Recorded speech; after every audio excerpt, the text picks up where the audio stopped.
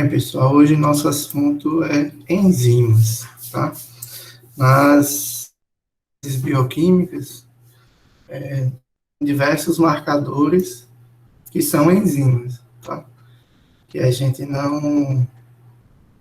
Normalmente, quando a gente faz análise de enzimas, como por exemplo, os marcadores para a gente saber se está tendo algum tipo de lesão hepática, lesão no fígado, ou tem suspeita de alguma doença hepática, são enzimas, tá? Vocês já devem ter ouvido AST, ALT, ou mais comumente conhecido como TGO e TGP. São marcadores, são nomes mais antigos, que nem deveriam ser mais usados, mas continuam sendo usados. Então, TGO e TGP é a mesma coisa de AST e ALT. Elas são enzimas, né, que têm funções no fígado, e normalmente quando a pessoa está tendo algum tipo de agressão ao fígado, né, seja por excesso de gordura, uma infecção bacteriana, uma hepatite viral, uma lesão tóxica por excesso de álcool, por excesso de alguma toxina, ou até de algum veneno, né, a gente determina a atividade dessas enzimas, tá? Que é um pouquinho diferente do que a gente faz para a glicose. Glicose, quando a gente dosa, eu vejo quanto tem de glicose no sangue do paciente. Quando a gente faz uma análise enzimática, a gente vê a atividade da enzima, se a atividade está mais alta ou se a atividade está mais baixa, tá? E isso vai representar a quantidade de enzima que está sendo liberada como marcador, porque as metodologias para dosar especificamente a quantidade de enzima, elas são mais complexas, porque você precisa de gerar um marcador, um reagente muito específico. E aí, normalmente, esses reagentes, eles são mais caros, porque eles dependem de anticorpos. Então, o que a gente faz é ver a atividade da enzima no sangue, e isso representa a quantidade de enzima, daquela enzima que está ali. E aí, normalmente, nas lesões hepáticas, que é um exemplo mais comum, a gente tem a alta atividade das enzimas hepáticas, AST, ALT, ou TGO e TGP, no sangue. Isso indica que o fígado está sofrendo algum tipo de lesão. E aí tem outros exames que a gente vai ter associados para tentar identificar a causa da lesão, tá? Então, as enzimas, a gente vai ver esses pontos, a definição, a função, a classificação, as características das enzimas e a nomenclatura. Então, o que são as enzimas, tá? As enzimas, elas são proteínas, tá? Dentro da bioquímica, né, a bioquímica básica, a gente vê diversos grupos de moléculas que tem no nosso corpo. A gente tem como grupos mais estudados os carboidratos, tá? Que são os açúcares, tá? Temos os lipídios, que são as gorduras, temos as proteínas, tá? Que tem diversas funções. Tem funções estruturais, como, por exemplo, formar moléculas para estruturar órgãos, proteínas que formam o músculo cardíaco, proteínas que formam o músculo esquelético, as proteínas que formam parte da membrana. Então, elas têm diversas funções. Então, as enzimas e as proteínas são formadas de aminoácidos, tá? Enquanto que carboidratos têm outras moléculas que formam os carboidratos e outras moléculas diferentes que formam os lipídios. São os três grandes grupos de moléculas que formam todo o nosso organismo. Não são essas três apenas, existem outras. Os principais grupos são esses. E as enzimas, elas são um grupo de proteínas especializados, tá, em catalisar reações biológicas. Alguém já ouviu falar nessa palavra? Catalisar? Sabe o que significa? Aí, galera. Professor, tem alguma coisa a ver com quebra de enzima? Mas, não. Catalisar, tá, é acelerar. Então, as enzimas, elas são responsáveis por acelerar as reações biológicas, tá? As nossas, todas não, nem todas as nossas reações biológicas, as reações, quando eu falo de reações biológicas, eu estou falando das reações químicas que acontecem dentro do nosso organismo, tá? Então, a grande maioria são de enzimas catalisando essas reações, aumentando a velocidade com que essas reações acontecem. E esse aumento de velocidade, ele muitas vezes é do 0 para 100%. Então, algumas reações biológicas, sem a presença de enzimas, elas são tão lentas que é a mesma coisa, é igual como se a reação não acontecesse, porque demora tanto tempo sem a enzima que ela não acontece, tá? Então, as nossas reações biológicas, elas, na verdade, eu gosto de dizer, e eu gostava não, ainda gosto muito de química. Foi a disciplina que eu mais gostava no ensino médio. O nosso corpo, ele está em reação química o tempo todo, né?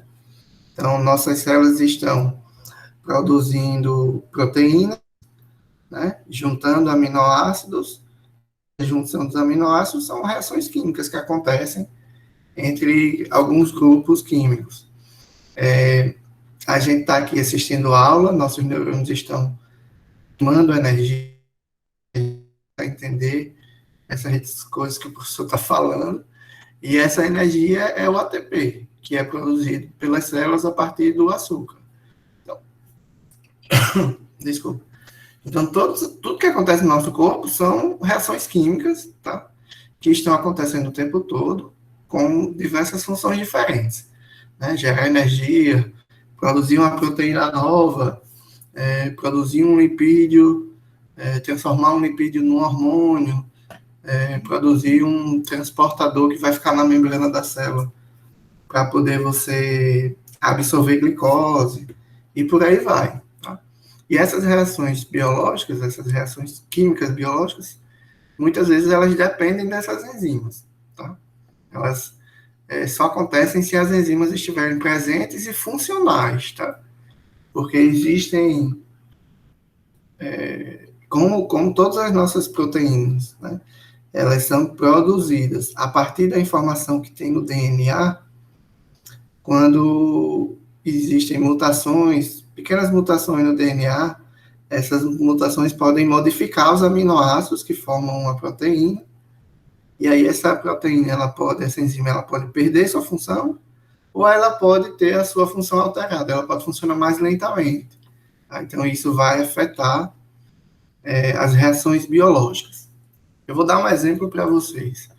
No meu mestrado e doutorado, eu trabalhava com pacientes que têm fenda palatina e lábio leporino. São crianças que nascem com uma fenda, o lábio não nasce completo, tá? Ele nasce com um rasgão no meio, né? E o palato, que é o céu da boca, também, ele nasce aberto. E no mestrado e doutorado eu investiguei mutações, tá? Que estivessem relacionadas com isso. E a gente sabe que durante a gravidez, né, assim que a mulher descobre que está grávida, ou quando ela está planejando, ela já inicia a tomar ácido fólico, tá? Porque o ácido fólico é extremamente importante para o processo de divisão das células, que vai acontecer no feto, né? Já que a mulher pretende engravidar, ou quando ela descobre que está grávida. E durante o mestrado eu analisava mutações em algumas enzimas do metabolismo desse ácido fólico. Então, para o ácido fólico, quando a gente toma, ele não vai diretamente lá fazer a sua função, ele precisa ser transformado para poder participar desse processo de divisão celular. E essa transformação depende de enzimas. E aí o que é que a gente observou?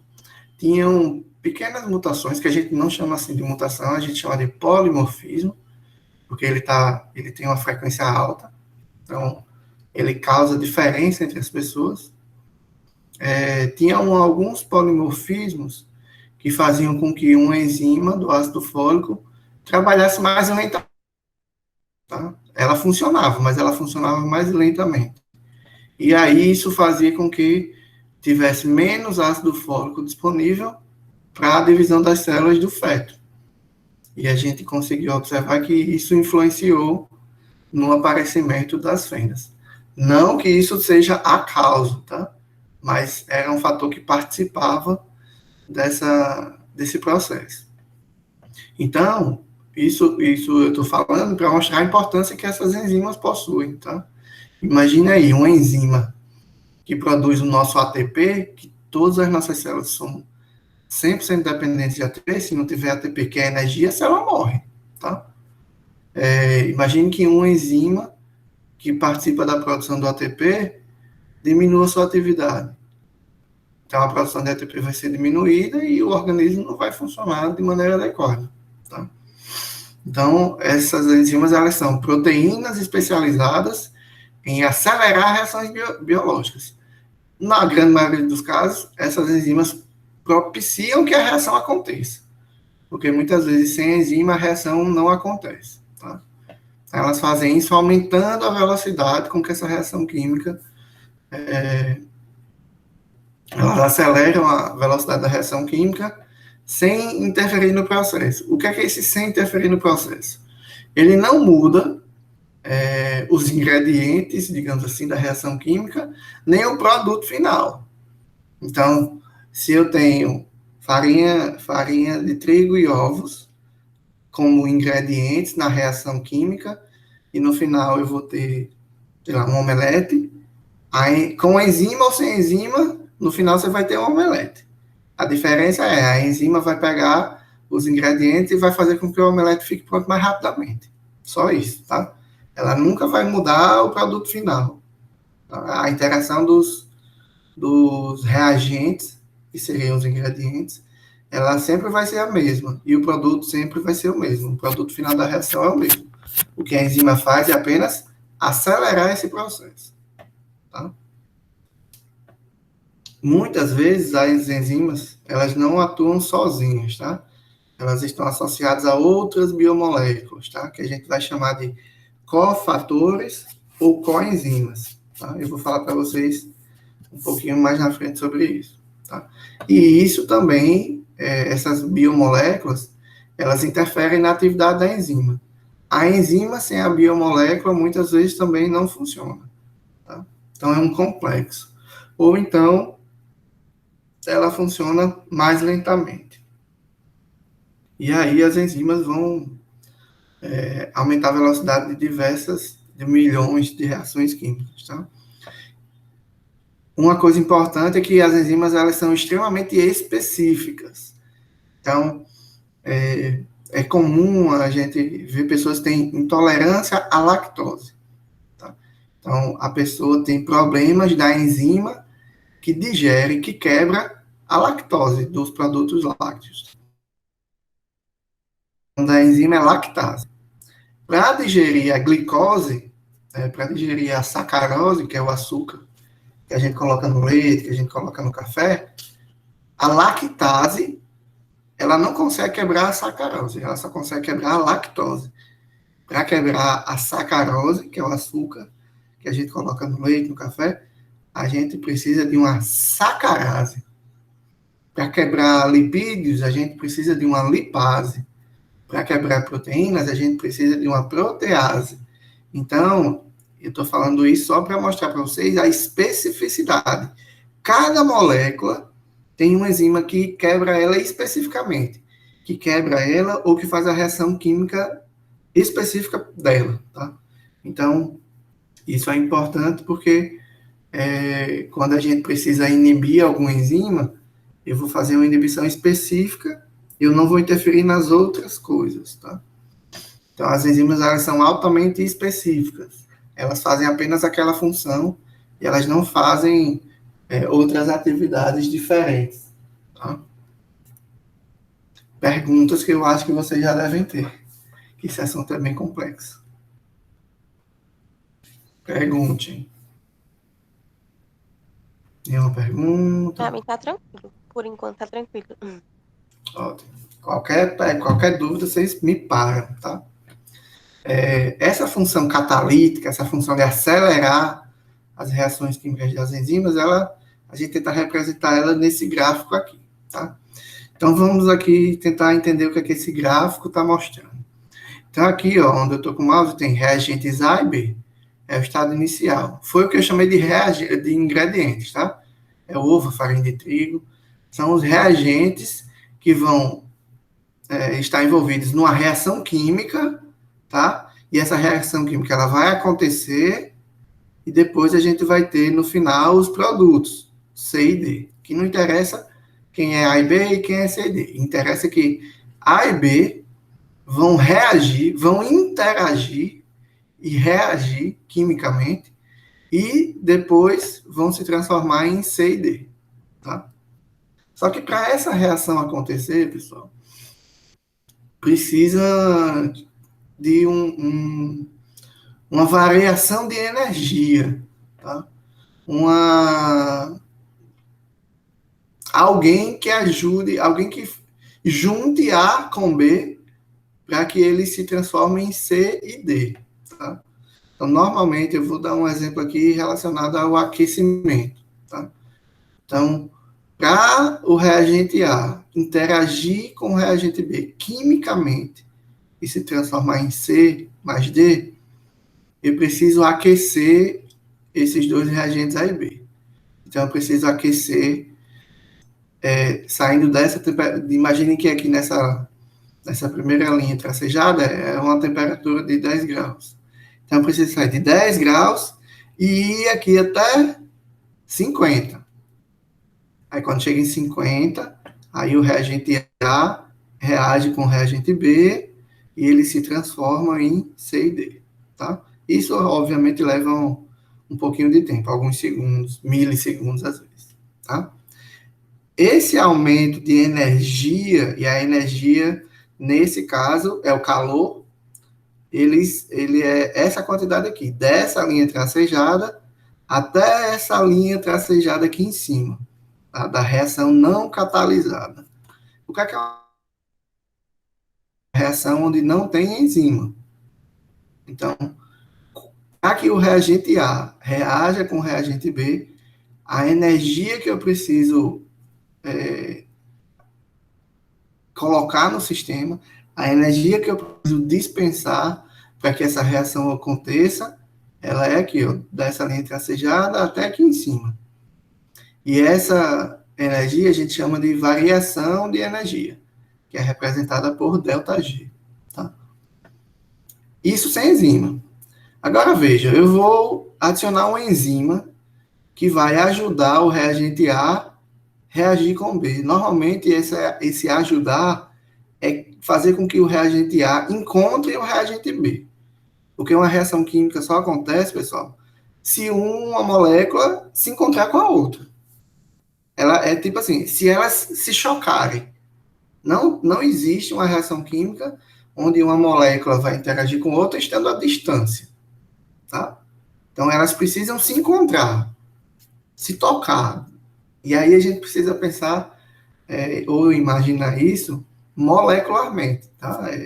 São moléculas microscópicas, que a gente obviamente não vê, mas que a gente precisa imaginar essas moléculas se chocando para poder elas reagirem. Tá? Então, isso a reação química acontece somente nesse caso. Então, sem enzima, eu vou precisar agitar, gerar um ΔG grande de energia. Se eu adicionar uma enzima, eu vou jogar a enzima dentro dos reagentes e a quantidade de energia, a quantidade de calor que eu vou ter que dar é bem menor. Tá? Então, aqui, ó, essa setinha aqui do ΔG grandão é a quantidade de calor que eu coloquei quando não tem enzima. E aqui é a quantidade de calor quando tem. Então, é assim, né, que a enzima faz com que a reação aconteça mais rápido. Fazendo com que o reagente A e B se encontrem mais fácil, e aí a quantidade de energia para que uma reação aconteça, ela é muito menor. E aí ela acontece mais ou menos de forma espontânea, tá? E aí a Professor, gente. Oi. no caso ali não foi catalisada por conta da ausência de enzima, né? Isso. Aí teve um tempo maior, né? Uhum. E, e no outro foi catalisada porque teve um enzima e teve uma variante bem menor, né? Tipo, Isso. foi mais acelerado. A quantidade de energia para que a reação aconteça é muito menor. Então, ela acontece mais rápido. Muitas vezes, Entendi. quando não tem enzima, a quantidade de energia para que aquela reação química aconteça é tão grande que ela não acontece. Ela só acontece se tiver a enzima presente. Dúvidas? Esse é o slide da. Normalmente, esse slide gera muita dúvida. Ali no finalzinho, que tem.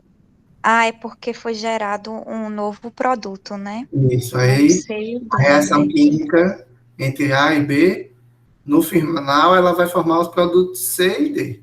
Seja com enzima, seja sem enzima, tá? Porque, como eu falei lá no início, a enzima ela não altera a reação química, ela só acelera. Entendi agora. Obrigada.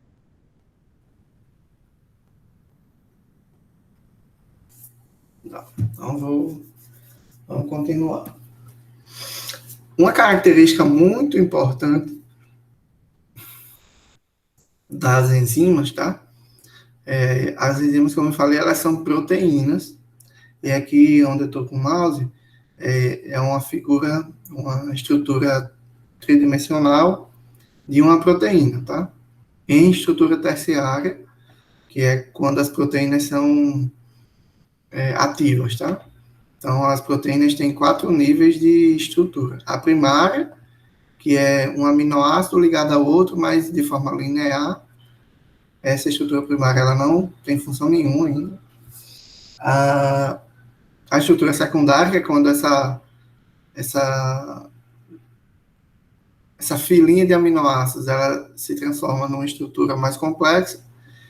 E depois a estrutura terciária, tá? E aí, quando a enzima é ativa na estrutura terciária. E aqui nesse outro local, a gente tem uma figura que mostra o sítio da enzima. A gente chama esse local da enzima de sítio ativo. Então, são regiões da enzima que vão tornar essa enzima específica para aquele substrato. Então, vou dar um exemplo. A lactase, que é uma enzima que quebra a lactose, ela tem um formato como esse aqui, tá? Então, imaginem que esse substrato que está aqui do lado é a lactase, é a lactose. Então, ele vai ter que encaixar a parte 1 da molécula no encaixe do sítio ativo da enzima aqui no 1, o 3 no 3 e o 2 no 2, tá? Imagine que essa molécula aqui é uma molécula diferente, não é mais a lactose, é um lipídio. O lipídio ele não vai ter essa mesma estrutura, tá? Esse mesmo formato para encaixar aqui, então ele não encaixa, tá? Mas lá na frente vai ficar um pouquinho mais fácil entender isso. Então, o sítio ativo é o local da enzima onde aquela molécula vai se ligar. E ele é como se fosse um encaixe chave-fechadura. Só tem uma chave que entra naquela fechadura, tá?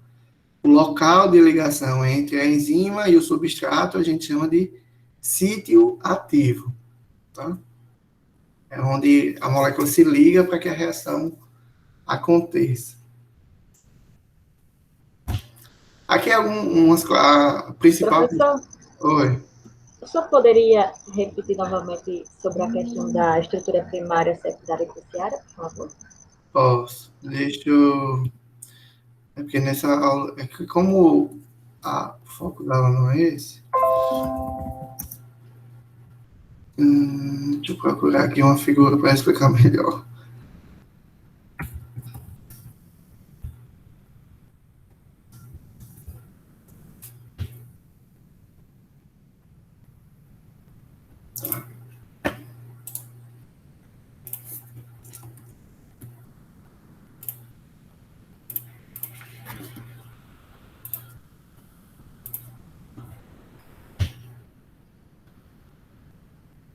aqui é a... Só, vixe, como ficou feio. Mas bem, vou tentar explicar aqui com essa figura meio borrada, meio desfocada. Quando uma proteína vai ser produzida, tá? A partir do RNA mensageiro, a gente tem o RNA mensageiro se liga no ribossomo, ele vai adicionando os aminoácidos de acordo com os códons do RNA. Então, a estrutura primária da proteína, ela é isso aqui, ó. Ela é uma linha esticada, tá? Onde eu tenho um aminoácido ligado ao outro. Tá? Então, ela É a sequência de aminoácidos. É uma sequência de aminoácidos linear, achei a palavra. É uma sequência linear de aminoácidos. Então, aqui a proteína não funciona para nada, tá? Ela acabou de ser produzida. À medida que esses aminoácidos eles vão se ligando, tá? E eles se ligam por ligações químicas, e eles têm outros grupos químicos, tá? Ele vai se transformar de uma estrutura de aminoácidos linear numa estrutura secundária, tá? Vejam que a estrutura secundária ela já é mais complexa do que a primária. A primeira era uma estrutura linear, como se fosse uma cordinha esticada. A estrutura secundária ela já é mais complexa, tá? A gente tem alguns tipos de estrutura secundária. Um exemplo mais comum é a alfa-hélice. Então, essa estrutura aqui linear, ela vai se ganhar um formato de hélice, semelhante ao que é semelhante à dupla hélice do DNA, tá? Mas aqui, como estrutura secundária, essa proteína ainda não tem função. Da estrutura secundária para a terciária, a gente tem diversas estruturas secundárias juntas, vejam.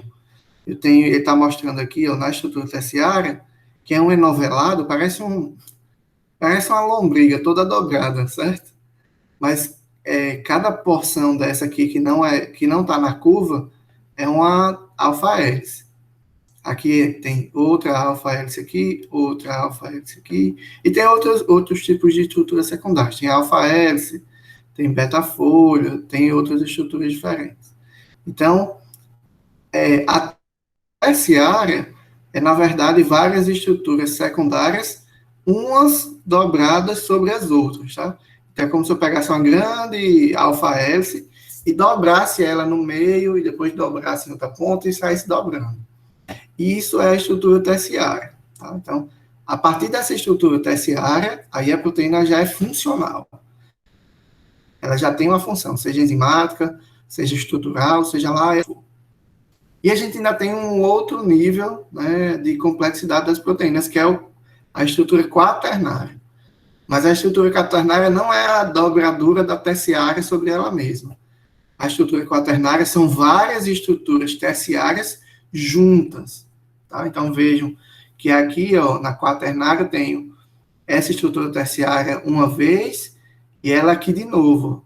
E aí eu tenho mais duas estruturas terciárias rosinhas aqui, formando uma estrutura quaternária.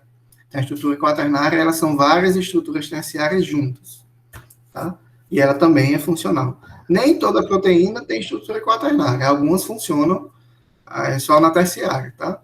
Um exemplo, a hemoglobina, que é a principal proteína que a gente faz em massa, né, que transporta oxigênio, ela é uma estrutura quaternária. A gente tem duas cadeias terciárias alfa e duas cadeias terciárias beta para formar a hemoglobina, tá? E aí ela transporta oxigênio a partir disso. Então, tem proteínas que têm tanto a estrutura terciária quanto a estrutura quaternária? Não, tem proteínas que elas já são funcionais na estrutura terciária. Ela não precisa se combinar, ela não precisa combinar terciárias para formar uma quaternária. Proteínas que precisam da combinação de terciárias para serem funcionais. Por exemplo, a hemoglobina é uma proteína de estrutura quaternária. Se ela não tiver a ligação das terciárias, ela não vai funcionar. Mas, por exemplo, a insulina, que é um hormônio proteico, ela é uma estrutura terciária. Ela não precisa combinar várias estruturas terciárias e formar uma quaternária. Ela é uma estrutura terciária que tem a sua função nessa estrutura. Nesse nível de complexidade, digamos assim.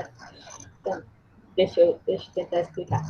Então, quer dizer que quando a proteína já tem função na estrutura, quer dizer, tem proteínas que ela tem estrutura quaternária, porém, na estrutura terciária, ela já começa a aparecer a função, ou se...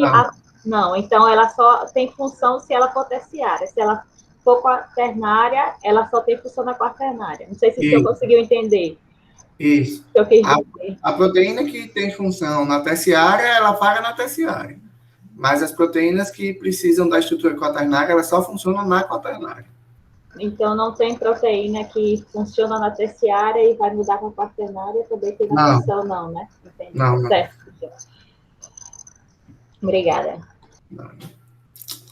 Vamos voltar. Aqui algumas classificações, tá, das enzimas. Eita, conversa demais.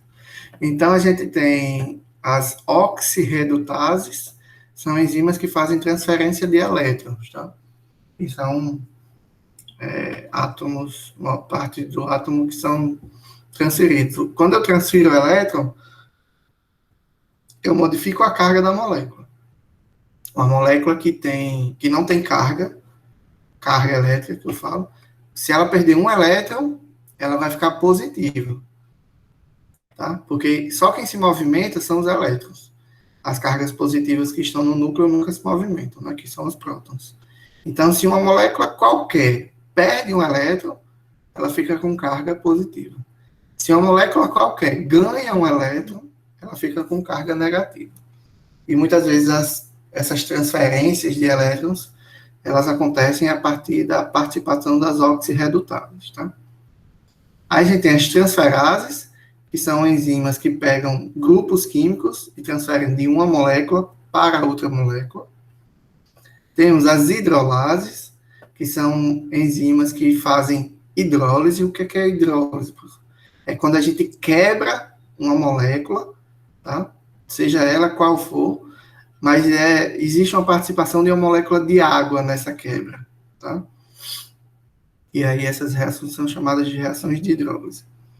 Temos também as liases, que são enzimas que adicionam um grupo ou retiram um grupo. Vejam a diferença. Uma transferase, ela transfere grupos, ela troca grupos. As liases, elas adicionam ou removem. Isomerases são enzimas que transferem uma molécula dentro da mesma molécula. Tá? Então, ela tira, por exemplo, um OH, que a gente chama de hidroxila, de um lado da molécula e coloca do outro lado da mesma molécula. Tá? Então, a gente faz uma transferência intramolecular.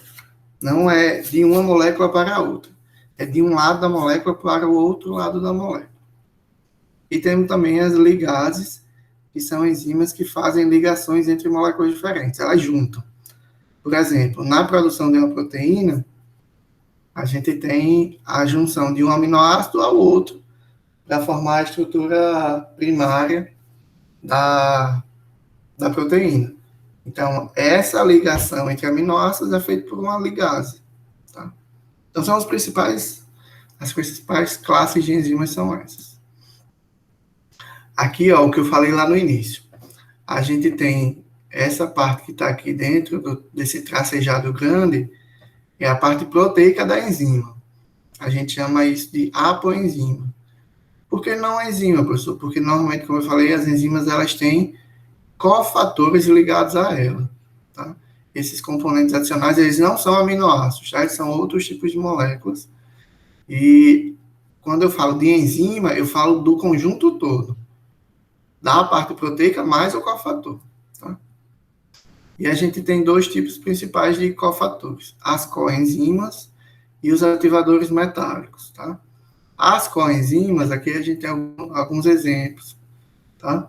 Como biocitina, coenzima A, flavina adeninonucleotídeo, que a gente chama de FAD, NAD, são diversos tipos de moléculas, mas vejam que essas moléculas são moléculas complexas, tá? Elas nem são aminoácidos, nem são proteínas, muitas delas são vitaminas, tá? Ó, uma variante do ácido fólico, uma variante da vitamina B6, a tiamina é uma variante da B12, tá? O ácido fólico é chamado de vitamina B9, tá dentro do complexo, tá? Algumas proteínas também têm CO2 ligados, tem íons negativa, tá? E aqui está mostrando de onde vem essas coenzimas, tá? Então, a tiamina pirofosfato vem da vitamina B1, o piridoxalfosfato vem da vitamina B6, o tetraidrofolato vem do ácido fólico, que é a B9, por aí vai. Então, esses grupos aqui, eles estão colados aqui, ó. Eles ficariam aqui colados na enzima. Ah, professor, só nessa posição? Não, em diversas posições. Aqui é só um exemplo, tá? Mas ele sempre está colado na enzima e ele participa de forma importante na atividade da enzima. Quando esse cofator aqui está faltando, aí a enzima trabalha mais lenta. Ela fica, digamos assim, preguiçosa. E aí a atividade dela ficando mais lenta, as reações químicas que ela acelera também vão ficar mais lentas, tá? Isso é muito comum e a gente tem muitos produtos aí, suplementos, que são a base dessas moléculas, né? Coenzima A, tem um que está muito presente em cosmético, esqueci o nome, coenzima... é uma coenzimazinha que tem em muitos produtos cosméticos. E isso aqui mostra a importância, pessoal, da dieta balanceada, né? Uma dieta que a gente consiga ingerir todos os tipos de vitaminas, porque as vitaminas a gente precisa em quantidades pequenas, mas sem elas, a atividade das enzimas diminui. É muito comum pequenas deficiências de vitaminas, você ter queda de cabelo, ter diminuição de alguns metabolismos, você pode engordar, você pode ficar até mais preguiçoso, digamos assim, com menos uma atividade diminuída, porque ela está influenciando em algum metabolismo, né? Eu vejo muito o povo fazer propaganda de alguns suplementos. Faça suplementos com magnésio, porque você vai emagrecer, porque vai melhorar a queima de gordura e tal. E não é muito bem assim que acontecem as coisas, tá? Quando a gente tem deficiência de alguma dessas coenzimas, dessas vitaminas, suplementa, o metabolismo volta ao normal. Mas nunca que uma suplementação de vitamina vai aumentar, além do que é normal, determinado processo, uma determinada reação química, tá? Sim, acontecer da pessoa, tipo, tá engordando, tá tendo uma queda de cabelo, porque tá com a deficiência de alguma dessas moléculas. E quando você suplementa, aí você volta até a quantidade normal, e aí, tipo, a queda de cabelo diminui, e você volta a ter um metabolismo mais acelerado. Mas nunca as suplementações vão fazer com que o metabolismo fique aumentado além do normal. Isso não acontece. O excesso desses suplementos normalmente é eliminado pelo corpo. E a gente precisa agradecer quando ele é eliminado. Porque se ele acumular, aí ele pode trazer consequências negativas. Pode falar. Professor, se uma pessoa teve, vamos supor, apareceu no exame da pessoa que a pessoa estava com deficiência de vitamina B12, uma deficiência grave, e a pessoa está em torno dos seus 50 para lá, é alguma coisa, assim, relacionada à alimentação ou não? Pode ser, mas no caso da vitamina B12, a gente tem uma coisa a avaliar. A absorção da vitamina B12, ela é dependente de um transportador de uma proteína produzida pelo estômago, tá? Então, se a pessoa tem algum problema no estômago, algum problema mais grave que atrapalhe a formação dessa molécula, que é chamada de fator intrínseco, por mais que ela faça suplementação oral, ela tome comprimido de vitamina B12, não vai absorver mais, porque é dessa proteína. Isso é comum, inclusive, com pessoas que são bariátricas, que fazem cirurgia bariátrica, que fazem redução de estômago. O cara que faz redução de estômago, como o estômago dele fica muito pequeno, a produção desse fator intrínseco diminui muito. Então, a absorção dele de vitamina B12 da dieta vai lá para o chinelo, cai muito, porque não está produzindo mais em grande quantidade, porque não tem mais estômago, né? O estômago ficou bem pequenininho. E aí, o que é que acontece? Normalmente, essa pessoa, ela vai ter que fazer a suplementação da vitamina B12 injetável. Então, não é muito comum, não. Praticamente todo mundo que faz cirurgia de redução de estômago, a redução de estômago que grampeia o estômago e reduz ele a um tamanho bem pequeno, rotineiramente eles fazem vitamina B12 injetável, tá? Se a pessoa está com uma deficiência de vitamina B12 importante, pode ter alguma alteração na função do estômago, se for específico B12, tá? Mas se for uma deficiência de B12 e outros nutrientes, pode ter algum problema no intestino, que é onde acontece a absorção. Mas aí precisa de uma análise um pouco mais complexa para entender melhor a situação. Obrigada, professor, pela explicação. Certo? Posso continuar? Pode sim. Bem, além dessas moléculas, né, desses cofatores, dessas coenzimas, a gente também tem como cofator diversos íons metálicos, tá?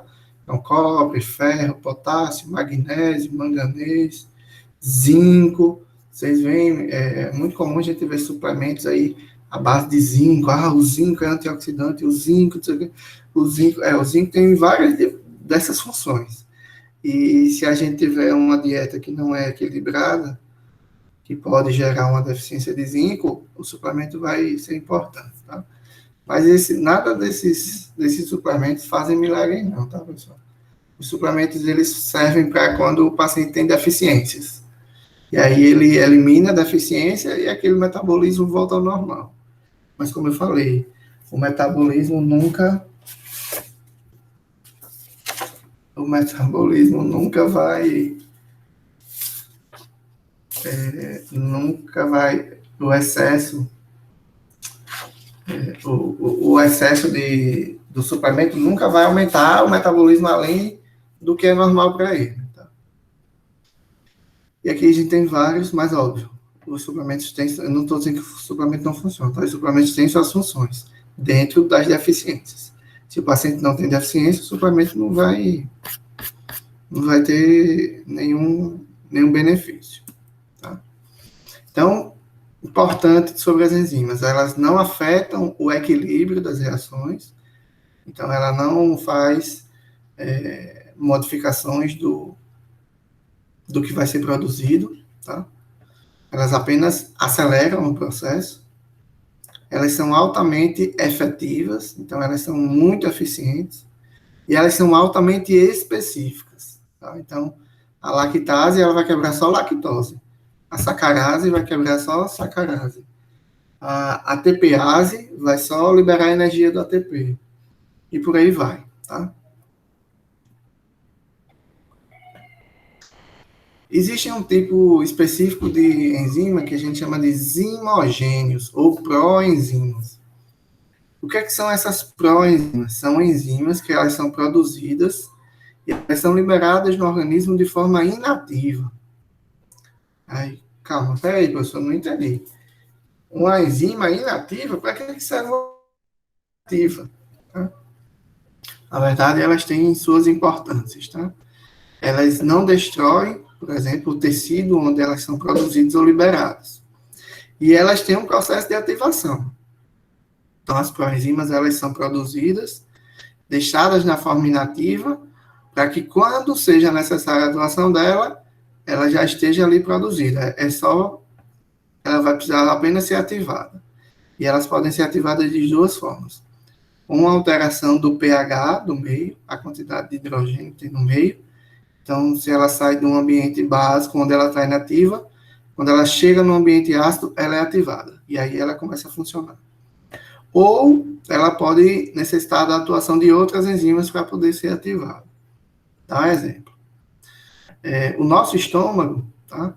Ele produz uma enzima uma proenzima, um zimogênio, chamado pepsinogênio. É uma enzima inativa. Quando a gente se alimenta e o alimento chega no estômago, que o conteúdo de ácido clorídrico, que é o ácido do estômago, aumenta, esse ácido clorídrico aqui transforma o pepsinogênio em pepsina, que é uma enzima ativa que quebra as proteínas do que a gente comeu. Então, o início da digestão das proteínas que a gente come, que a gente ingere, iniciam no estômago a partir da ativação do pepsinogênio, que é uma enzima inativa, através da liberação do ácido clorídrico em pepsina. E aí começa a quebrar as proteínas, tá? Que só são digeridas até o final lá no... Um outro exemplo de ativação, aqui, ó, uma ativação por pH. Então, o ácido clorídrico vai diminuir muito o pH, e aí o pepsinogênio vai se transformar em pepsina. Aqui é um outro processo, também dentro do processo de digestão da gente, tá, pessoal? De produção de zimogênio. O nosso pâncreas exócrino, que vocês viram no vídeo da aula passada, ele produz as enzimas que participam do processo de digestão. O exócrino, tá? O endócrino é que produz glucagon e insulina. O exócrino, a parte exócrina do pâncreas, produz diversas enzimas que participam do processo digestivo. Uma delas é o tripsinogênio. É um zimogênio, é uma enzima inativa. E aí, essa enzima, o pâncreas lança aqui no ducto pancreático, através do ducto pancreático, esqueci a parte do intestino inicial, no duodeno, tá? E aí, a enteroquinase, que é uma outra enzima, que está presente aqui no intestino, no início do intestino, vai transformar o tripsinogênio em tripsina. E aí, a tripsina vai quebrar as proteínas que estão vindo do estômago. Então, são dois exemplos de zimogênios, um ativado pelo pH e outro ativado por uma outra enzima. Tá? Então, elas só são ativadas quando é necessário que elas atuem. Entenderam? Dúvidas? Perguntas? Tem alguns casos em que não são produzidos esses zimogênios ou a quantidade é muito pouca para poder transformar? Até tem, mas isso está normalmente relacionado a algum tipo de doença, né? Pode acontecer a não produção deles. É mais comum que ele seja produzido e ele não seja liberado, por exemplo, se tiver uma obstrução do ducto pancreático, o pâncreas está produzindo, mas ele não está conseguindo chegar no intestino. Existem algumas patologias onde a produção dessas enzimas é menor, em função de alguns tipos de pancreatite. E aí isso atrapalha o processo digestivo. Então, através dela, já pode ter indícios de que tem algum problema, né? Alguma doença. Isso. Sim. Outra coisa outro tipo de enzima que pode ter são as isoenzimas. O que são isoenzimas? São formas alternativas da mesma enzima. Isso, pessoal. Entende isso? Não. Qual a importância dessas isoenzimas? Elas permitem o controle inibitório de uma enzima de um local específico do organismo. Elas fazem a mesma coisa, tá, pessoal? Mas em locais diferentes. Exemplo, lactato desidrogenase cardíaca. Essa enzima, ela pega o ácido lático e quebra ele, o lactato. Que normalmente ele é formado quando a gente tem exercício físico muito intenso. Sabe quando a gente, eu não vou dizer, sabe quando a gente fica com o músculo doendo de tanto correr? Eu não posso dizer isso que eu não corro tanto. Mas quando a gente faz um exercício físico muito intenso que o músculo por exemplo, da perna ficar doendo quando você corre muito e tal. Normalmente isso acontece por acúmulo de lactato. E aí a gente tem uma enzima, que é a lactato desidrogenase. Então, veja que eu tenho lactato desidrogenase cardíaca, tá? Então, é a mesma enzima, lactato desidrogenase, só que eu tenho uma que atua no coração, no músculo cardíaco, e uma que atua no músculo esquelético, tá? No músculo das pernas e dos braços. É a mesma enzima, mas ela tem uma pequena diferença, tá? Em uma parte dela é um pouquinho diferente, para que a gente consiga, por exemplo, inibir, parar com a atividade da lactato desidrogenase do músculo esquelético, sem interferir com a atividade dela no músculo cardíaco. Para que o que acontece com o músculo esquelético não aconteça também, por exemplo, com o músculo cardíaco. Isso é a principal função, que essas enzimas têm. A gente tem outros exemplos, tá, de enzimas que são assim, como, por exemplo, fosfatase ácida. É uma enzima que tem nos ossos, na placenta, no fígado, que a gente usa, inclusive, como marcador. Então, a gente consegue fazer, o organismo consegue inibir a fosfatase óssea sem interferir na ação da fosfatase ácida do fígado, que é a mesma. Então, eu preciso parar, por algum motivo, a atividade da fosfatase ácida do osso, mas se eu fizer isso no fígado, vai prejudicar a função do fígado. Então, elas sofrem inibições independentes, mesmo fazendo a mesma função. Deu para entender? Deu sim, tá. Pessoal, deixa eu só. Ainda falta um pouquinho aqui. Deixa eu dar uma parada aqui com vocês. Eu vou ter que mudar aqui de sala, de quarto. Aí eu já volto aqui. Em 5 minutinhos eu volto pra gente continuar, tá? E meu filhote vai precisar aqui do quarto. Tranquilo.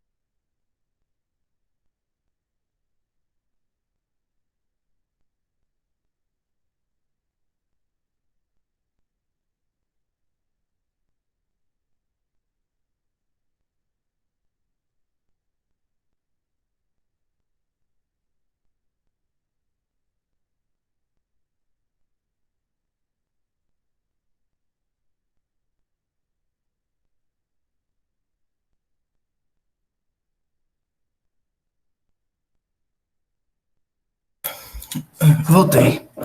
Estão todos aí? Sim. Sim. Então vamos continuar. Vocês entenderam essa questão das isoenzimas? Professor, nesse caso, são utilizadas substâncias para poder inibir a atividade de uma e não inibir a atividade da outra? Essas substâncias são diferentes? Elas se inibem com substâncias diferentes para poder Existe. acontecer isso? Essa inibição, ela acontece tanto do próprio organismo, substâncias produzidas pelo próprio organismo, para fazer essa inibição da enzima em um local e em outro não, né? Às vezes até pela produção apenas naquele local e não em outros locais, mas em função desse conhecimento de inibição seletivo, a gente consegue fazer também, desenvolver um medicamento para inibir apenas a lactato desidrogenase cardíaca. A gente consegue hoje, com a tecnologia, fazer isso. Então, existem algumas substâncias, sim, que inibem apenas a enzima de um local e não inibem de outro. Tanto endógenas, tanto produzidas pelo próprio organismo, como também substâncias artificiais produzidas e usadas como medicamentos. Tá? Tá. Cinética enzimática. O que é a cinética enzimática? É a velocidade com que o substrato, ou seja, os ingredientes, eles são transformados em produtos, tá? De acordo com o tempo. Então, nesse gráfico aqui, a gente está observando o efeito da concentração do substrato na taxa de reação catalisada. Não entendi nada, professor. Vamos lá. Eu tenho aqui uma reação acontecendo e eu vou começar a aumentar a quantidade de ingrediente, tá? E aí essa reação ela vai aumentando de velocidade. Porque imagine, se eu tenho um ingrediente e formo um produto, eu tenho uma velocidade. Se eu tenho dois ingredientes e formo dois produtos, a velocidade é maior, considerando que foi feito dentro do mesmo tempo. Aí eu começo a aumentar a quantidade de substrato e formo mais produto mais rapidamente. Só que essa velocidade, ela vai aumentando no início e vejam que depois ela, tipo, estabiliza, entra num que a gente chama de platô. Mesmo que a gente continue aumentando a quantidade de substrato, a velocidade não muda, tá? E por que isso acontece? Por causa disso aqui, ó, ponto de saturação. É quando todas as enzimas, tá? Elas apresentam todas as enzimas apresentam esse efeito. É quando todas as enzimas estão ocupadas transformando substrato em produto. Quando o ponto de saturação é atingido, se eu colocar mais substrato, a velocidade da reação não vai aumentar. Por quê? Porque todas as enzimas já estão ocupadas fazendo a reação. Então, aquele a mais que eu coloquei de substrato vai ter que esperar a enzima ficar livre para poder passar pela reação de novo. Tá? Então, isso é o que a gente chama de ponto de saturação. E isso acontece para todas as enzimas. Tá? Então, se eu pego... E isso aí é mais para a gente tentar entender, por exemplo, uma reação química para produção de cerveja, por exemplo. Isso quando a gente vai na cervejaria, na produção de cerveja, a cerveja é produzida a partir da ação de micro-organismos, né? Que fazem a fermentação dos ingredientes. Né? E aí, essa fermentação acontece pela ação das enzimas das bactérias, né? Que estão lá fermentando. Mas se eu colocar muito, muito, muito substrato, a quantidade de enzima das bactérias não vai ser suficiente para esse tão grande quantidade. E aí a velocidade máxima é atingida. Tá? Então, o ponto de saturação é quando todas as enzimas estão ocupadas fazendo a reação química. Tá? E aí a velocidade não aumenta mais.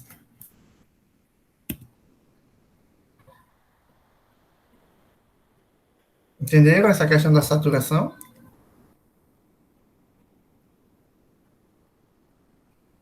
Sim, professor, entendendo. Quando todas as enzimas estão ocupadas, não adianta eu colocar mais substrato, porque aí a velocidade não vai mais aumentar. Porque as enzimas já vão estar todas ocupadas. Características, fatores que afetam a atividade das enzimas. A concentração do substrato, a gente já falou. Né? Quanto mais substrato tiver, mais atividade da enzima vai ter, mais rápido vai ser a reação, até aquele limite de saturação. Tá? Quando eu adiciono mais enzima, aí não tem limite. Porque quando atingir o limite de todas as enzimas saturadas, eu vou adicionar mais enzima, então vai ter mais enzima livre. E aí a concentração, a velocidade aumenta. Enquanto eu estiver aumentando a quantidade de enzima, a velocidade vai aumentando também. E dois fatores que interferem demais com a atividade das enzimas são o pH e a temperatura. Tá? Então, ó, aqui é uma situação onde a quantidade de substrato não muda, mas a quantidade de enzima muda. Tá? Então, quanto mais enzima eu adicionar, tá? Aqui, ó, concentração de enzima. Se eu vou colocando no sistema mais enzima, a velocidade vai aumentando linearmente, ao infinito e além, como dizia o desenho do Toy Story. Quanto mais enzima eu colocar, mais a velocidade vai subir. Tá? Então, essa é uma curva que é progressiva sempre. Quando a gente não mexe na enzima, a quantidade de enzima é constante, mas eu aumento a quantidade do substrato, aí a gente vai ter o que a gente viu na questão do ponto de saturação. No início, a gente tem uma curva aumentando, praticamente proporcional à quantidade de substrato, mas aí quando atinge o ponto de saturação, né, aí a velocidade passa a ser constante. A gente chama essa parte do crescimento da curva de uma curva de cinética de primeira ordem. Por quê? Porque quanto mais substrato eu coloco, mais a velocidade aumenta. E a partir do ponto de saturação, a gente chama de uma cinética de ordem zero. Por quê? Porque a velocidade não aumenta mais. Então, aqui é mostrando onde está o ponto de saturação. Tá? E aí, a velocidade máxima da reação não opera mais. Tá? Isso é importante mais para esses processos.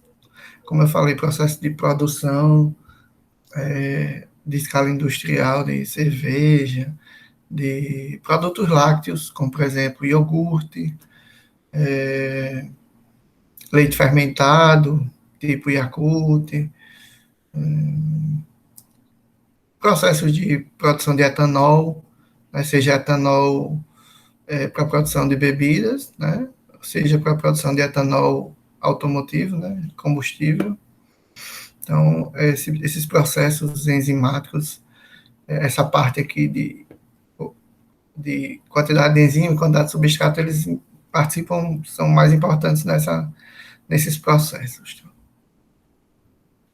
Aqui é a reaçãozinha só mostrando o que é que influencia nessa velocidade, tá, da reação.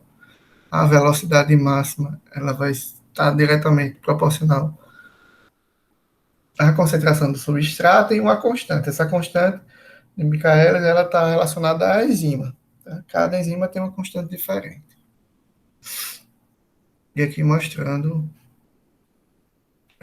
aquele mesmo gráfico. Tá? Toda enzima, pessoal, ela tem um pH, tá? Que representa a acidez, quando ele é abaixo de 7, ou alcalinidade, tá? Quando é acima de 7, ótimos. Tá? Então, muitas enzimas atuam com um pH ótimo básico, isso varia. Tem enzimas que precisam de um pH mais ácido, tem enzimas que precisam de um pH mais básico. Então, para cada enzima eu tenho o que a gente chama de pH ótimo, tá? Então, para, por exemplo, a pepsina atuar, que eu mostrei para vocês lá atrás, o pH ótimo dela é em torno de 2, que é extremamente ácido. Já a tripsina, que foi ativada pela iteroquinase lá no intestino, o pH ótimo dela é em torno de 7,5, 8, que já é um pH mais básico. Então, cada enzima vai ter um pH ótimo. E quando essa enzima é colocada num local onde o pH é muito diferente do pH ótimo dela, ela não funciona. Vou dar exemplo. Se eu pegar a pepsina, que o pH ótimo dela é 2, e jogar ela lá no intestino, que o pH é em torno de próximo de 8, ela não vai funcionar. Ela vai ficar lá morta, digamos assim, sem atividade. Mesma coisa se eu pegar a tripsina, que tem com pH ótimo próximo de 8, e colocar lá no estômago, que o pH é 2. Então, todas as enzimas têm um pH ótimo para funcionar, tá? E quanto mais a gente se afastar desse pH, menor vai ser a atividade dela, menor vai ser a velocidade, tá? Então, se eu pego a tripsina, que atua no pH 8, coloco ela no pH 7, né, 7,5, ela vai diminuindo. Quanto mais distante do 8, seja para menos, seja para mais. Se eu colocar uma enzima que o pH ótimo dela é 8 e colocar ela num ambiente que o pH é 10, ela também não vai funcionar de forma adequada. Quanto mais eu fugir do pH ótimo dela, seja para mais, seja para menos, menor vai ser a atividade dela até que ela fique sem funcionar. E a mesma coisa acontece com a temperatura, tá? Todas as enzimas têm uma temperatura ótima de atuação.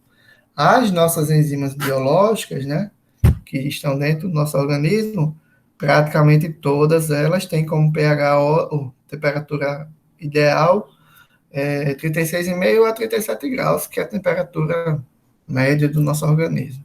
Tá? Mas, por exemplo, existem, quando a gente vai fazer PCR, se a gente não pagar o biomol, não, né? Vão pagar. Quando a gente vai fazer um PCR, a gente faz variação de temperatura. E a temperatura ótima da enzima que a gente usa varia entre 60 e 72 graus. Quando o PCR está fora dessa temperatura, a enzima não está funcionando. Ela começa a funcionar quando chega nessa faixa de temperatura. Tá?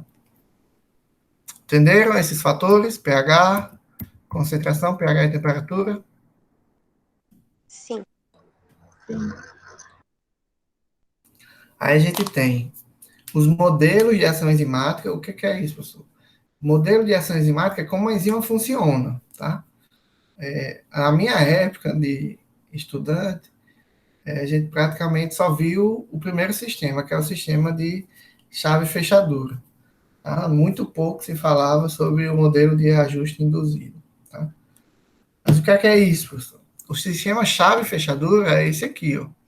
Onde aqui eu tenho uma enzima, tá? Essa estrutura aqui branca, com esse sítio ativo, ó, tá vendo que esse encaixe aqui é específico para essa molécula. Uma molécula que não tem esse encaixe não vai entrar aqui. E só essa molécula tem esse encaixe. Tá? Eu falo naturalmente, só essa molécula tem esse encaixe. E vai encaixar aqui perfeitamente na enzima. Tá?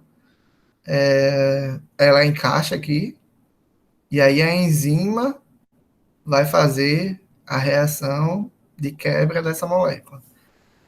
É a reação de quebra porque esse exemplo é uma hidrólise, tá? E aí, ó, a reação acontece junto da enzima, ainda no sítio ativo. Então, esse local aqui de encaixe é o que a gente chama de sítio ativo, tá, pessoal? Então, a molécula, o substrato se liga no sítio ativo de forma encaixe específico, né? É como se fosse uma chave dentro de uma fechadura.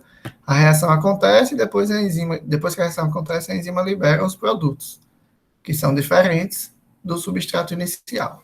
Tá? Então, para cada substrato, eu tenho uma enzima específica. Para cada chave, uma fechadura com desenho específico. E é meio que um desenho mesmo, um formato específico para que aquela molécula encaixe e faça uma interação química ali para que a reação aconteça. Perguntas? Dúvidas?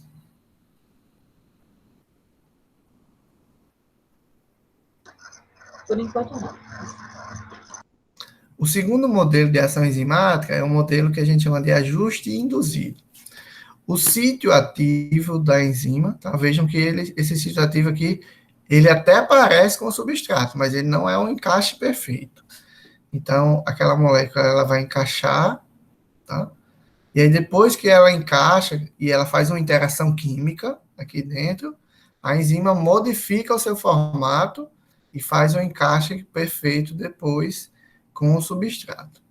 Depois disso aqui é que a reação química, depois dessa etapa aqui, substrato encaixou, fez a interação química, a enzima modificou o seu formato, aqui nesse momento é que a reação química vai acontecer e vai depois liberar os produtos. Tá? É parecido, mas ele funciona de forma um pouquinho diferente. Tá? Porque depois que o substrato encaixa, a enzima muda um pouco do seu formato. Aqui a enzima não muda o formato. Tá? Aqui a enzima muda um pouquinho o formato. Mas ela também só muda se o encaixe for perfeito em posições específicas da ligação inicial. Tá? Que é o chamado modelo de ajuste induzido. Perguntem, não fiquem com dúvidas.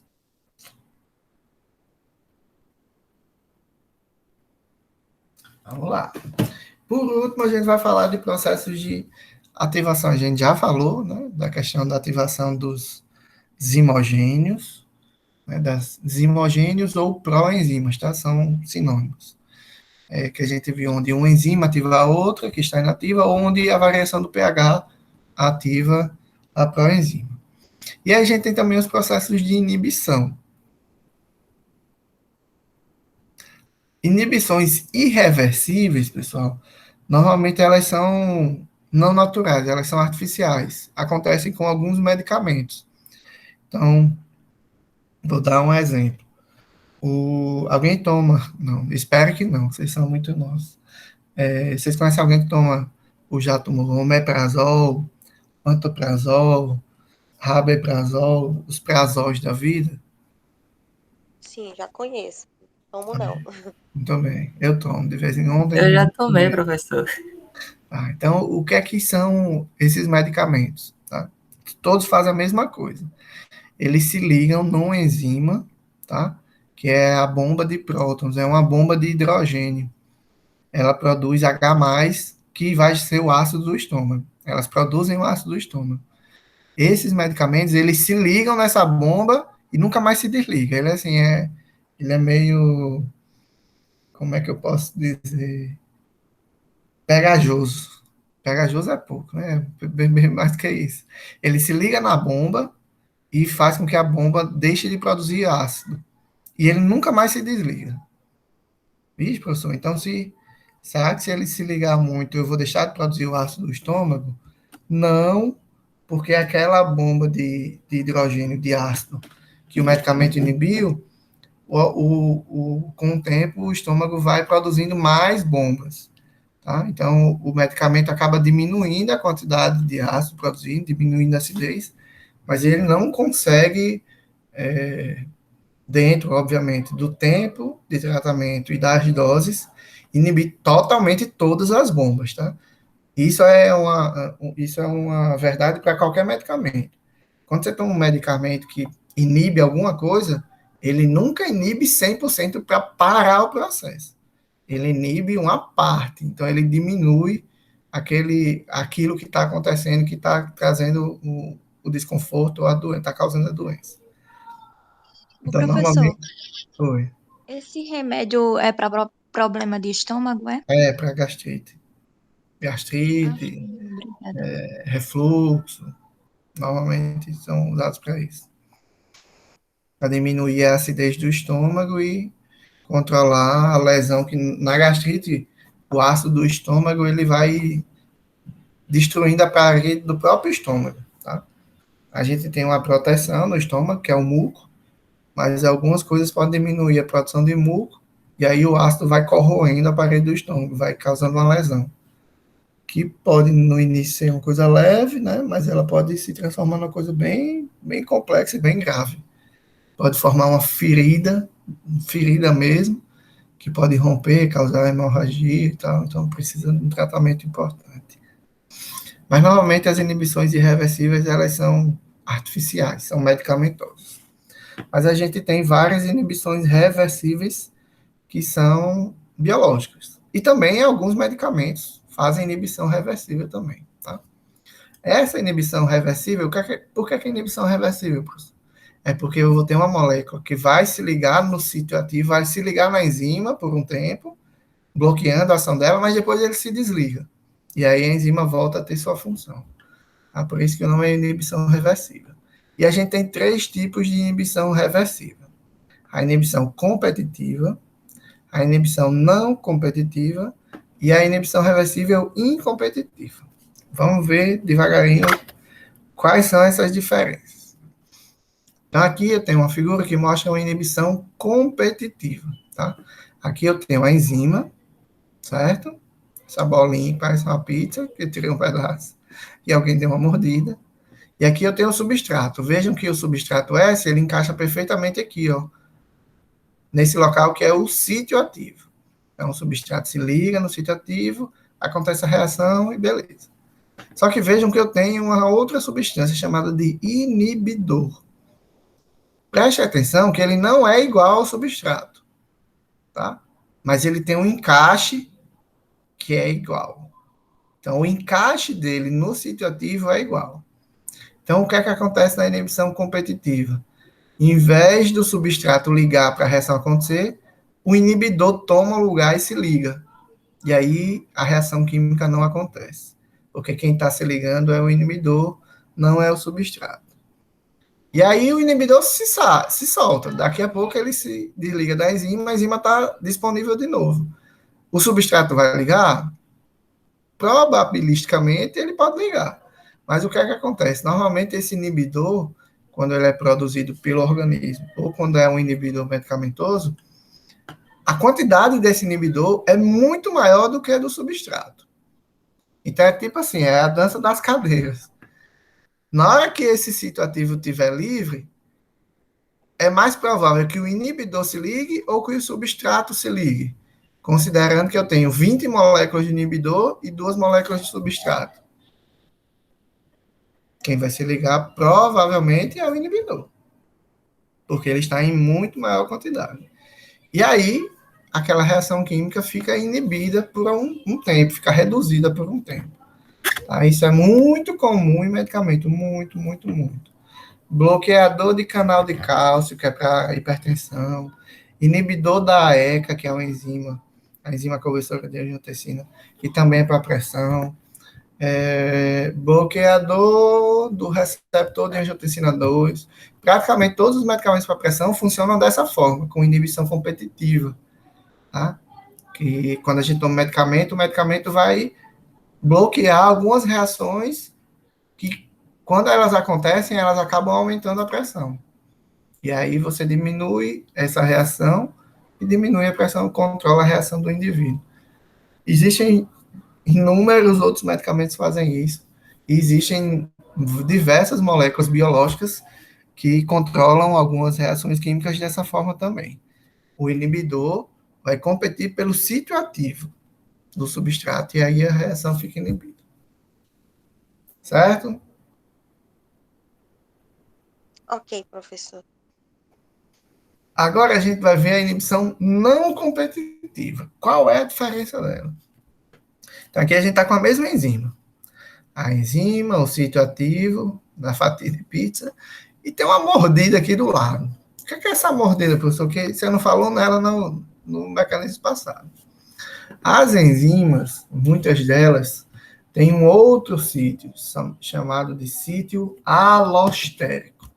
É um sítio que regula a atividade da enzima. Tá?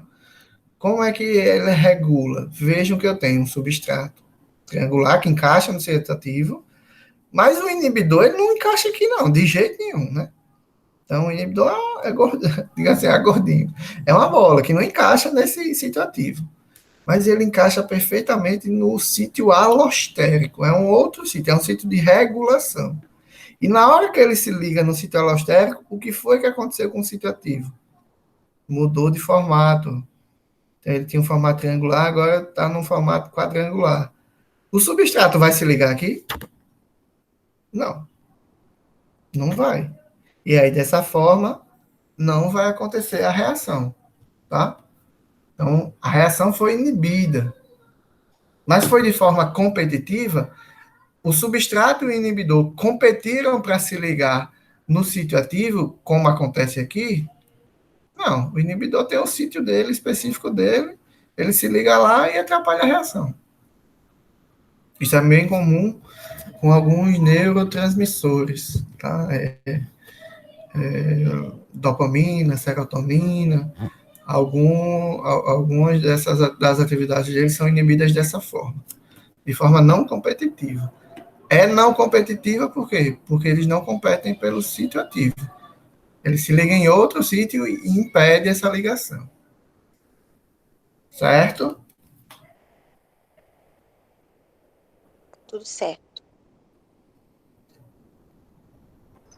Certo.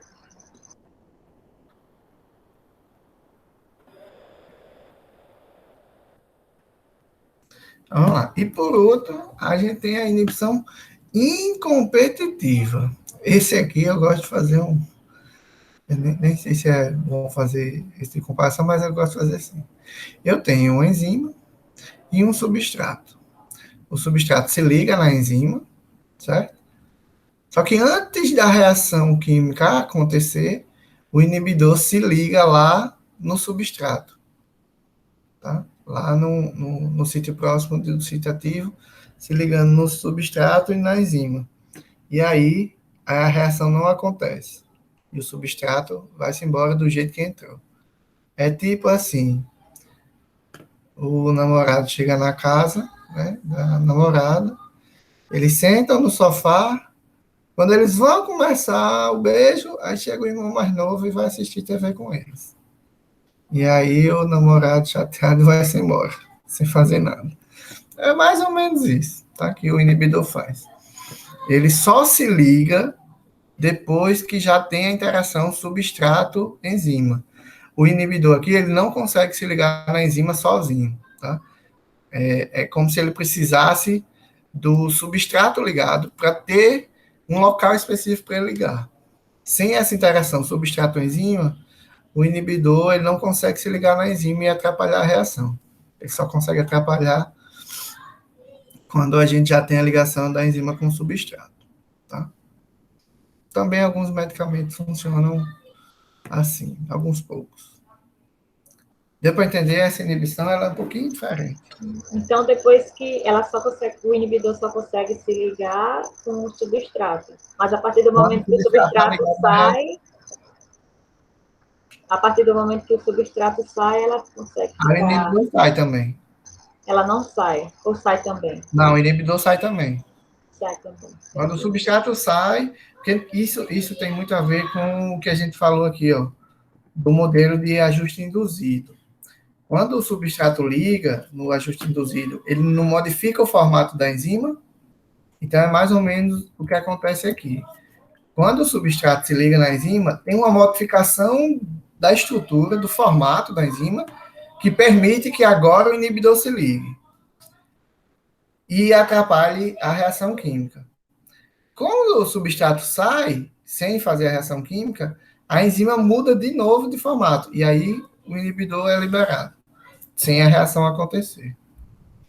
É mais ou menos um mecanismo em função do ajuste induzido.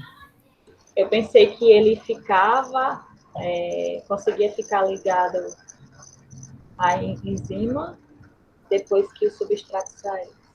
Mas ele sai também depois que o substrato sai, entendeu? Isso, sai também.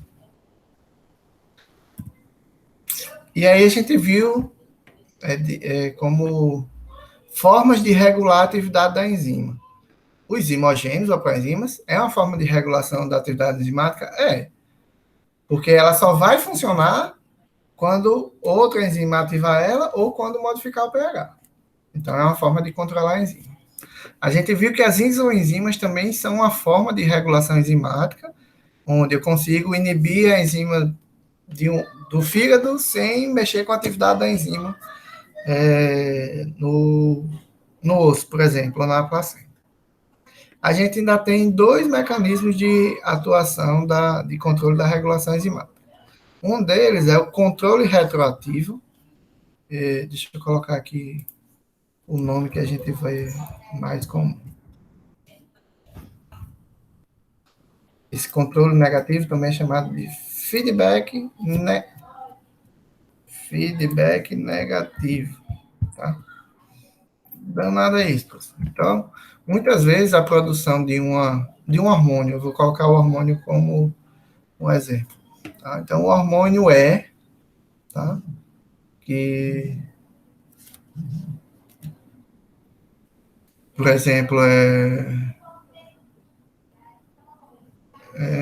pronto, é o T4, por exemplo. Tá? É o hormônio da tireoide, T4. Para ele ser produzido, ele passa por diversas reações químicas com diversas enzimas, tá? Mas quando ele é produzido, né, a concentração no sangue desse hormônio aumenta, aí eu não preciso mais ficar produzindo ele, porque se continuar produzindo, ele vai ficar em excesso. Então, a produção desse último hormônio, ele vai servir para inibir a primeira enzima do seu processo produtivo. A primeira etapa do seu processo de produção, ela vai ser inibida pela produção na quantidade já adequada da enzima. Quando a quantidade da enzima, né, do hormônio, da molécula, diminui, aí deixa de inibir a enzima e volta a produzir. Então, a gente chama isso de controle retroativo. Então, à medida que é produzida, ela volta lá no início da produção e bloqueia a produção, para não gerar excesso. Então, o nome disso é controle retroativo ou feedback negativo. Certo? Muitos hormônios, a concentração deles é controlada dessa forma, por controle retroativo. Ele é produzido e quando chega em determinada quantidade, ele começa a inibir a primeira enzima, o primeiro passo de sua própria produção. E aí ele vai começar a diminuir a quantidade, a inibição some e volta a produzir ele. Muitos hormônios são controlados dessa forma.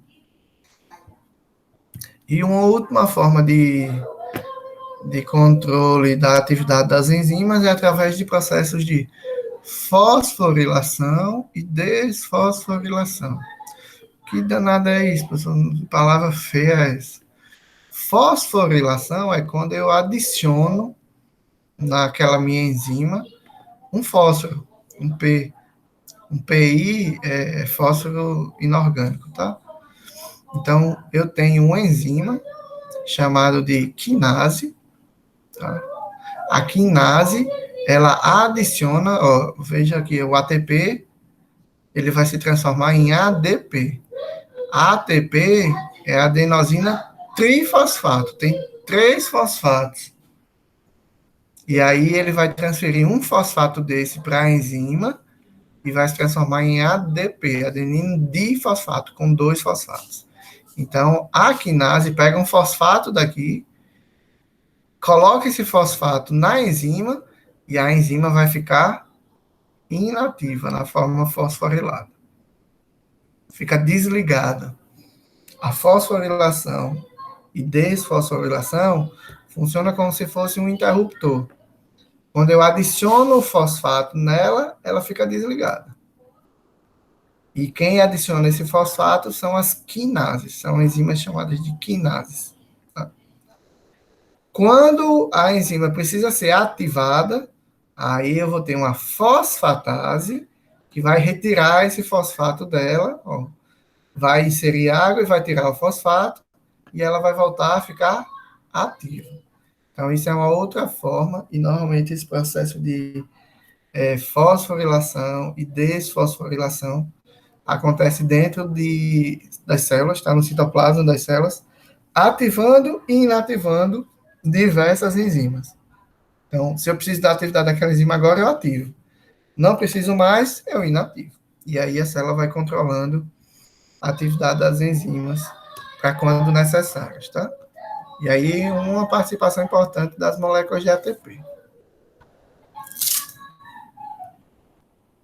Dúvidas? Não, tudo certo. Bem, então, sobre enzimas, o que a gente tinha para hoje era isso. O que é que eu vou fazer O que é que eu vou fazer para vocês amanhã? Eu vou colocar no, no Siga uma lista de exercício sobre as aulas que vocês já tiveram até agora, tá? Essa lista de exercício é para vocês responderem, para vocês verem, tirarem suas dúvidas, tá? Não precisa me entregar de volta. Mas é bom que vocês respondam e deixem guardado, porque se eu precisar no final da disciplina, fulano ficou com a nota precisando de um ponto, meu ponto, aí eu vou pedir a vocês, tá? E todas as dúvidas que vocês tiverem dessa lista, na próxima aula a gente tira. E no amanhã eu vou deixar no Cigarra a lista com atividades sobre diabetes, tá? São questões semelhantes a casos clínicos que vocês vão responder e vocês vão me enviar de volta por e-mail até domingo, tá? De preferência até no máximo 10 horas da noite do domingo, tá? E aí vocês respondem, me mandam, que aí já vou corrigir para lançar a primeira nota de vocês, certo? Em dupla? Pode ser em dupla, sim, pode ser em dupla. Certo? Então, a gente finaliza hoje e mais tarde eu disponibilizo a aula para quem não pôde participar.